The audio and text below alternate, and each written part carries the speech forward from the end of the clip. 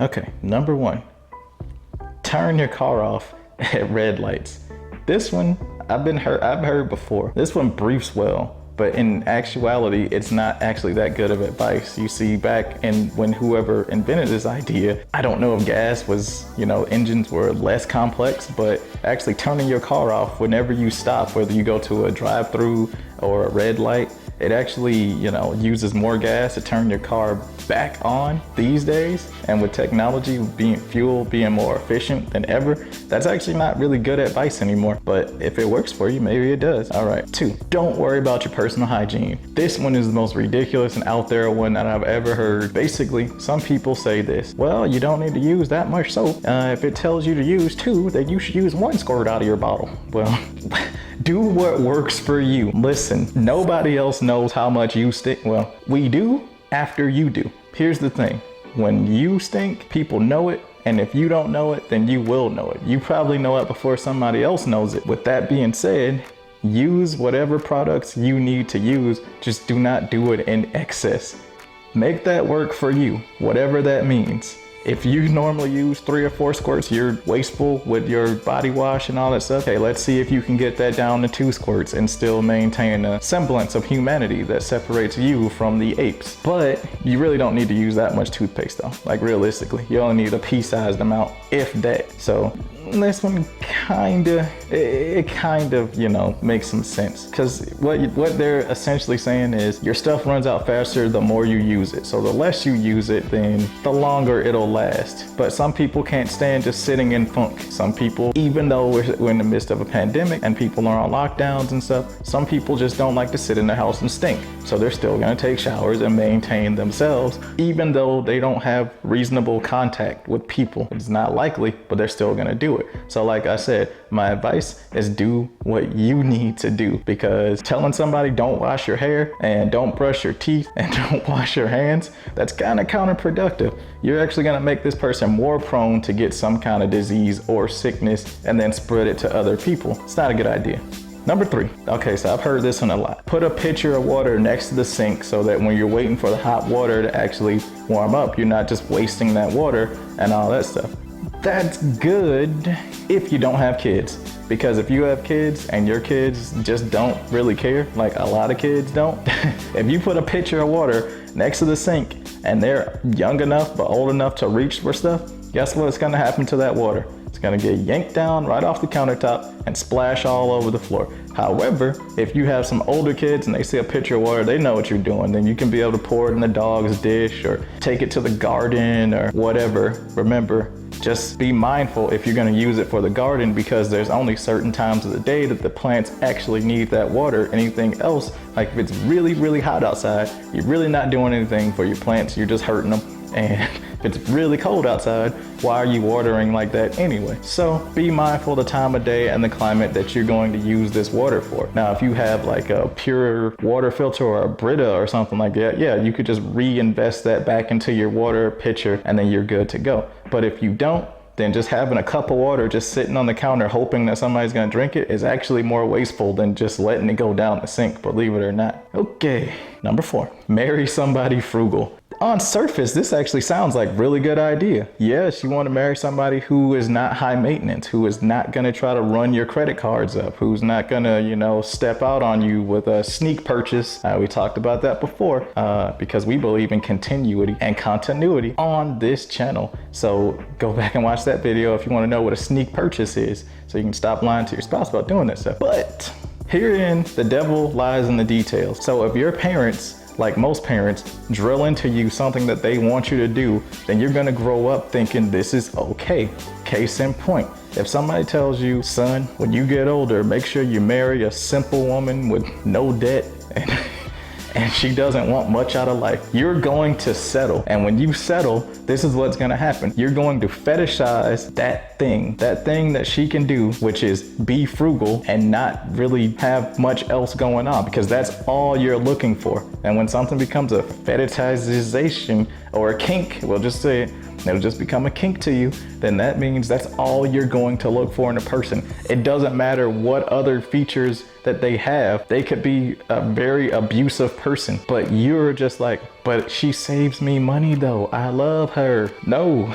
That's actually very, very bad advice. This works in moderation. This works when you're mature enough to actually understand that when somebody tells you to marry somebody frugal, they're not telling you to go out and find only somebody who's frugal, because people have layers like ogres. People aren't just made up of just simple things that keep stacking on each other. People are multi-layered and multi-tiered.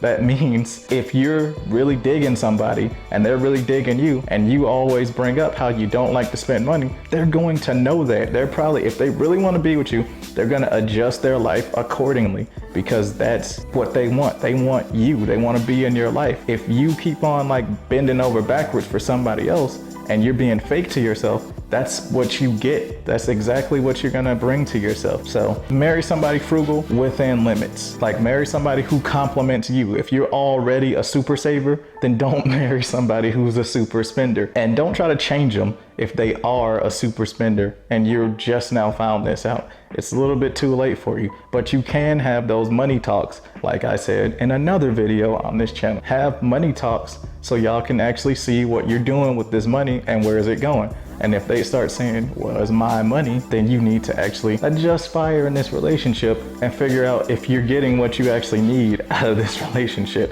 Because otherwise, you're probably headed down a road that you don't want to be on, which is probably divorce. And unfortunately, it happens. Okay, number 5, don't use toilet paper. My goodness. So some people have a bidet. And some people actually were super championing this idea when the pandemic first broke out.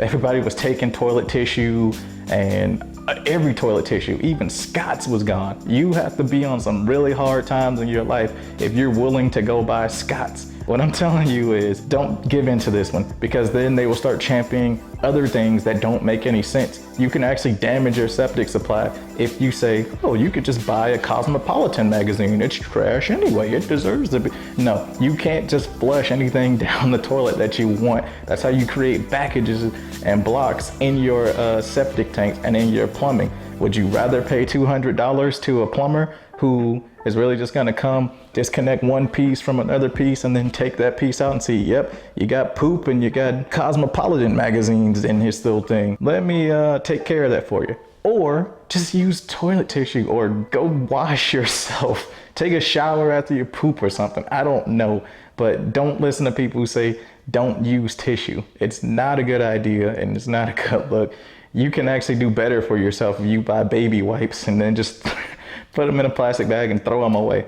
Is it the most eco-friendly? No, not really. But a lot of these baby wipes and then all that stuff, they're hypoallergenic and they can be recycled, as in biodegradable, not wash them off and then try to use them again. But that is definitely a first world problem. Here, I have a bonus tip for you. A real good one, I promise. Thank you guys for making it to this point in your video, so I have something else to give you. So this one right here, this is a gender specific one, okay? I know it because it happened to me, and I didn't know it because I'm a nice guy. I would never see it. But if you are a woman, a female, the fairer sex, whatever you want to call yourself, and people can readily identify you as that thing, people are like, that looks like a woman, so this is a woman. You can probably leverage your femininity for free lunch and breakfast and dinner. There are whole women out there on the internet who only go out on dates with people specifically for breakfast, lunch,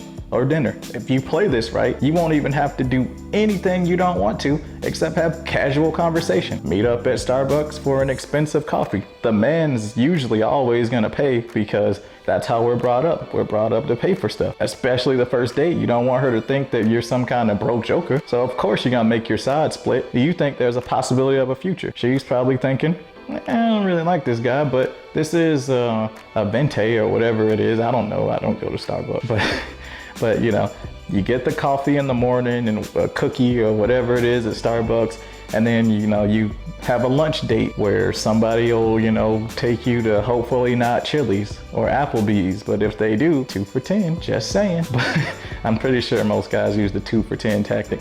But then you can also go from there and you can go to dinner. If you do it right, you'll have a free day of meals, and all you had to do was waste some casual conversation time that probably is going nowhere. Or just identify to that person, hey, after this date, I don't really see us going anywhere. Be warned though, because people are picky and they're finicky about their money. So if people feed you, they expect something else coming out of there too. I'm not saying it's right. I'm just saying if you choose to go down that road of getting yourself breakfast, lunch, and dinner on somebody else's dime, some people expect something else, whether that's a kiss, a handshake, a hug, another date, whatever. Actually, if you do it right, you'll get another date and you get some more free food and you get probably a movie. And if you do it right after that, 6 months later, maybe you'll get a committed relationship with that person, or you'll get more free food and dinner and drinks and a meaningful relationship.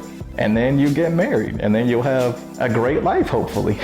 So realistically, that one it's a little iffy, but you can swing it. You can, if you find nice people that don't expect anything else except for just strictly platonic. But if you go to that section on Craigslist, you will probably find some weirdos. I'm just saying. Not that I know from experience or anything, but there's some freaks out there in the world on Craigslist, the internet. That was 5 ridiculous money-saving tips.